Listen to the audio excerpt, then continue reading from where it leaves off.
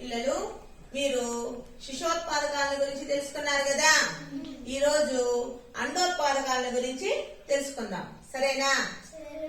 ఏ జంతువులకైతే శరీరం పైన వెంట్రుకలు లేకుండా ఉండాలి, చెవులు బయట కనిపించకుండా ఉండాలి, అలాంటి జంతువులను అండోత్పాదకాలు అని అంటారు.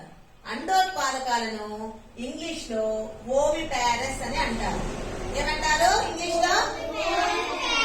ఓవిపారస్ అంటారు.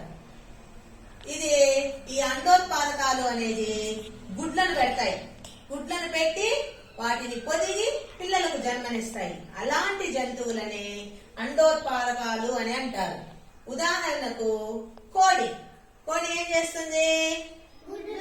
గుడ్లు పెడుతుంది. ఆ గుడ్లను మళ్ళా పొదిగిచ్చి పిల్లలు కంటుంది. అవునా? పిల్లలకు జన్మనిస్తుంది. ఆ విధంగా మీకు తెలిసిన